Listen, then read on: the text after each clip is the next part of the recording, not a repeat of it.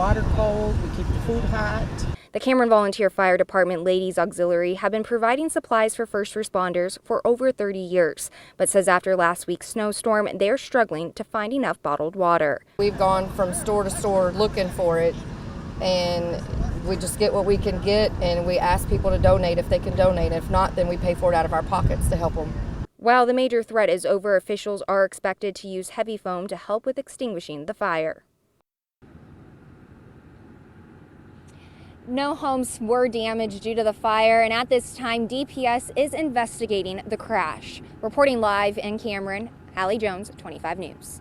Hallie, thanks. Burlington Northern releasing another statement tonight. It reads in part, quote, local first responders and BNSF personnel are on site working to completely extinguish the flames. Once the fire is extinguished, we will be able to determine how much product is left in the cars and work to safely remove them from the site. An investigation into the incident is underway. They also say that they have established a claims hotline for any residents that might be impacted. That hotline number right there on your screen, 1-866-243-4784.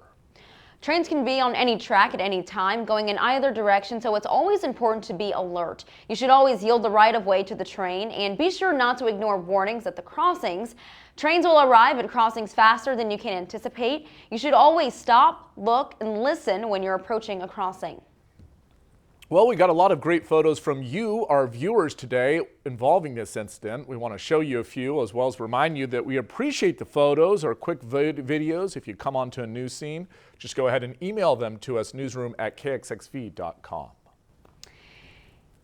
And now let's get a first check of weather this evening. Chief Meteorologist Matt Hines is here. Matt, what a difference a week makes, man. Yeah, and at least that didn't happen last week. That would have been a real problem here across the area, even bigger than it already was. And as we check out what's going on currently, folks out and about, no snow or ice this time on a Tuesday. And temperatures across the state today, a far cry from what we were last week. Temperatures in the 70s and 80s all across the state. And here in central Texas, look at these high temperatures made up to 78 in Waco and Temple, same for Killeen. Hamilton, 81 degrees, just really nice weather. Even over toward Mejia, about 76 degrees. Same for Corsicana right here as well at 76. So looking really nice here across the region. Tomorrow will be a little less warm, but it still will be pretty nice out there. One thing we've had to contend with is quite a bit of wind as well. And temperatures with that wind still up into the lower 70s even as we approach sunset here. So looking pretty nice across the area. And as we check out our wind speeds, starting to come down just a little bit, but still in the 10 to 20 mile per hour range from 7 o'clock through 10 o'clock. Temperatures slowly falling through the 60s as well into the upper 50s by the time we talk at 10. It will be a pretty mild night. And then tomorrow's looking pretty good, and then we start to get a little more inclement weather in here as we head toward the end of the week. More on that coming up.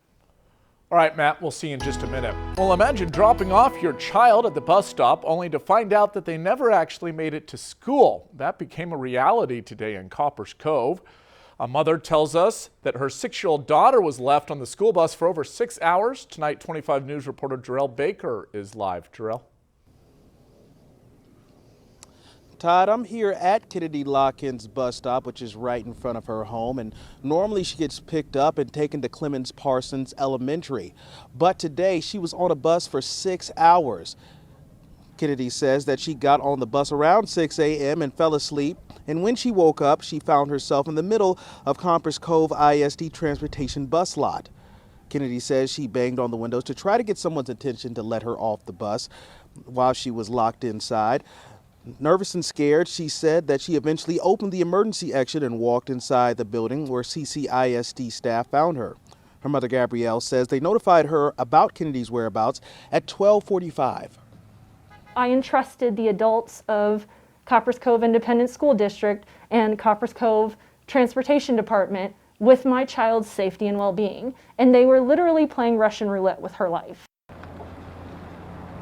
Locken says that this is the first time that's happened to one of her children, and she also says that they didn't scan Kennedy's ID or they didn't tell her that Kennedy was absent from class. Now, Copper's Cove ISD officials say that they're investigating the incident. We'll tell you a little bit more about that at 10. Live in Copper's Cove, Jarrell Baker, 25 News. Jarrell, thank you. Turning now to the latest on COVID-19 vaccinations here in Texas. More than 3.1 million Texans have been vaccinated with at least one dose of a COVID vaccine, and more than 1.4 million are considered fully vaccinated after receiving 2 doses. More than 6 million doses have been shipped out across the state. Hope seems to be on the horizon for those in Bell County as COVID-19 cases are on a steady decline. Our Paige Ellenberger has more. Bell County is seeing some of the lowest COVID-19 infection rates it's seen in months. But how accurate is that data? Well, health officials aren't too sure. Our last incidence rate is 115.2. Now that's excellent to see it that low. However, I don't know how much of that is the impact of people not getting tested when they couldn't go anywhere. Because of last week's winter storm, Dr. Chadwell says the numbers may be skewed, but not enough to worry about. I think we're still in a decline because we were seeing that decline before the weather hit. So hopefully it's not a significant shift, but don't be surprised if we see it go up a little bit. Local hospital officials believe the downward trend is largely due to the community's efforts to help fight the virus, especially after the holidays. People have definitely taken more seriously the whole masking and social distancing and isolating more so. And that, I think, has helped tremendously. Though Roberts says the low case counts are merely a pit stop on our journey to normalcy. After watching more than 65% of his staff get vaccinated and now having no employees with COVID or in quarantine, he says the proof is in the pudding.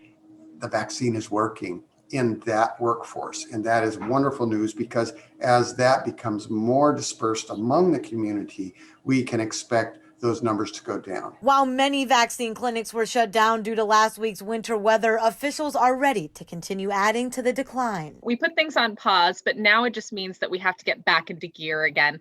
And it's always hard to have to stop and then shift back and drive again. So we're getting that underway. Dr. Chadwell believes we'll see an uptick in cases in the coming weeks as many people who couldn't get tested last week will get tested soon. In Bell County tonight, Paige Ellenberger, 25 News. Paige, thank you. Last week's winter storms created more problems for a school year that's already been difficult. See how STAAR testing has been affected by everything going on.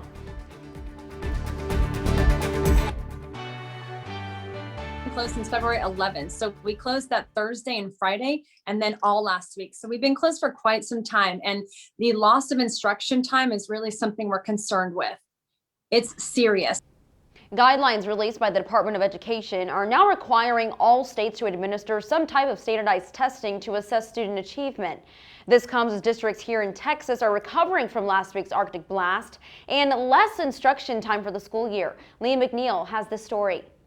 Today marks 8 days of instruction lost since KISD closed campuses in preparation of last week's winter storm. With virtual learning not really an option because many are still without power, the district is weighing their options. While navigating through the challenges of instruction hours already lost due to COVID. Really creative ways to take advantage of time to be able to build that time into our current calendar and hopefully not have to extend the school year. Building repairs from the Arctic blast, virtual learning challenges, and figuring out ways to make up those hours lost. It's really a wait and see game because TEA and the waiver process takes a little bit more time than we have, but we're working on it. The Department of Education says school districts are now required to administer standardized tests. It makes no sense when we've had such disruption to this year. It's not a question of whether or not we should be concerned. Everybody should be concerned. So this means schools in Texas will be required to administer the STAAR exam, a test that's been long objected by Rick Boulay, president of the Colleen Educators Association. Learning is what matters here, not the measuring. And it's difficult when you have forced standardized testing, which is dubious and frankly unreliable as an assessment instrument. The Department of Education says states can modify or delay the test. One waiver says states would not have to record or report the results, which could impact funding and ranking of schools. But with many in KISD still in recovery mode from last week's storm, Taina Maya, the district's chief of communications, says they are focused on the safety and well-being of all students and staff. We really need to give everyone grace at this time. We're going to think about learning right there on the forefront with it, but right now we need to make sure people are healthy, ready, and safe to come back to campuses. As of right now, KISD students will return to the classroom on Thursday. Of course, I did reach out to the TEA for comment, but as of news time, I haven't heard anything back. Reporting in Killeen, Leah McNeil, 25 News. Leah, thank you. Meanwhile, Governor Abbott is set to deliver a statewide address tomorrow evening. He'll discuss the recent power outages and the state's ongoing recovery process after that big storm. Be sure to tune in right here to 25 News at 6 o'clock to catch that speech. Now let's go ahead and check in again tonight with Chief Meteorologist Matt Hines. And we are looking a lot better than this time last week, where we had snow all over the ground right now and ice, and temperatures were just about -1 and getting up into the teens for highs. Nothing like that on our Extra Cool Eagle Eye in Killeen right now. 73 degrees, south wind 17 miles per hour. Yeah, it's been breezy today, but it's a warm breeze coming in, and that's not allowing that cold air to move back in, at least right now. It will get a little chillier as we head toward the weekend. Nice February weather continuing here, as we do have some high clouds rolling into the Texas Panhandle and down across South Texas as well, but we can handle that. There is another storm system that is rolling across the northern tier states. This one will cause a little dip in the jet stream once again. That will force a cold front down into our region. But this is not the same pattern that we had last week that allowed all the Arctic air to come in. That is locked up to the north. But we will see our rain chances start to pick up. Not tonight, though. However, with those southerly winds off the Gulf of Mexico, we're finally going to start to bring in some of that moisture in the low levels of the atmosphere. So we will have mostly cloudy skies in the morning. Could be some patchy drizzle east of I-35.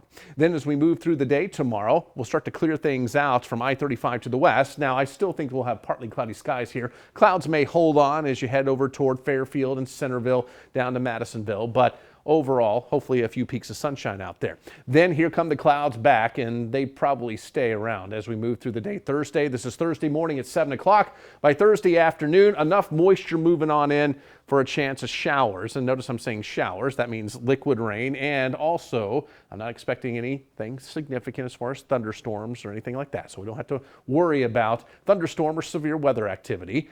And notice how the rain just continues right on into Thursday night into Friday morning. And most of the models really honing in Thursday afternoon, Thursday night, Friday morning as our best chance for some showers here across the area.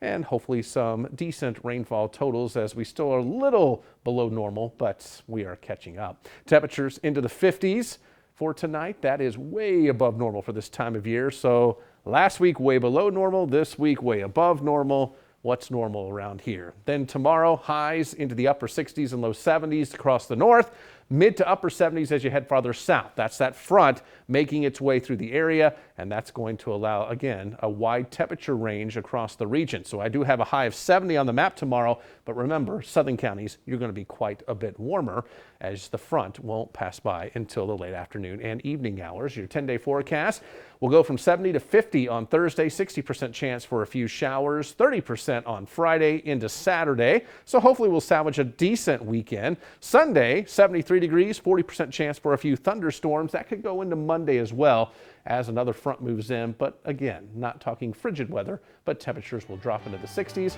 We'll have more 25 News after this.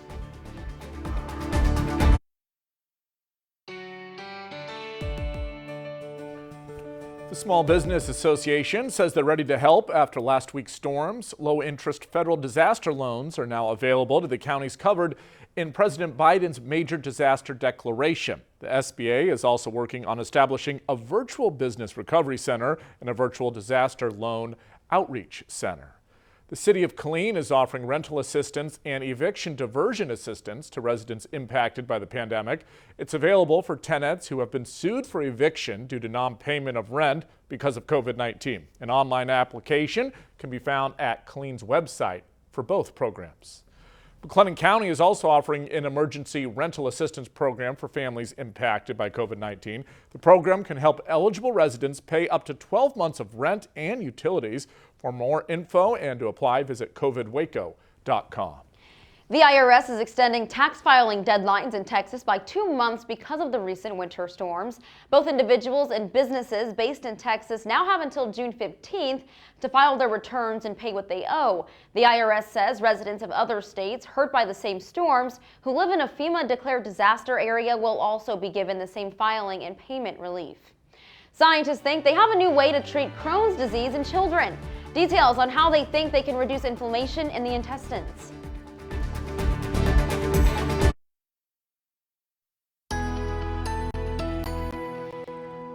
Scientists believe they found a possible breakthrough in treatment for Crohn's disease in children. One of the unique characteristics of Crohn's disease is lesions along the intestine. Scientists at the Stanley Mann Children's Research Institute injected nanoparticles with an anti-inflammatory solution into lesions in mice. They say the solution significantly reduced the inflammation. Younger drivers might be more likely to make sure to turn on the music before putting on their seatbelt.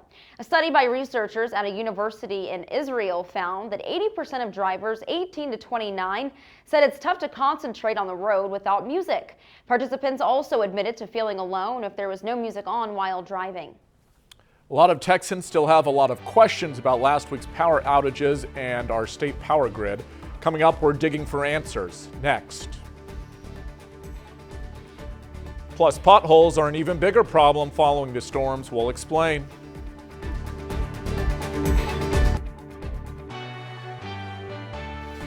Hi there, everyone, and thanks for being with us during our 6:30 half hour. Let's take a look back at some headlines from 6 o'clock. An 18-wheeler colliding with a train in Milam County earlier, forcing evacuations within a half-mile radius. Authorities say the truck hit a train car carrying gasoline, causing a massive fire. It's still burning at this hour. Thankfully, no injuries were reported. Officials are still investigating. Plus, school districts across the state lost at least a week of instruction because of all that winter weather, but that isn't stopping this year's STAAR testing. The Department of Education has stated states can only modify or delay the tests, but local officials are concerned students are not prepared whatsoever. Power is back on for most Texans who are now looking for answers on what happened exactly. Tonight, 25 investigates the latest troubles and complaints. Here's Dennis Turner. We have been without power since Monday, 3 a.m. With no lights and heat, Sherry Wallace wanted answers during the Texas deep freeze. Today, Sherry Wallace can cook after her power came back on over the weekend. Friday,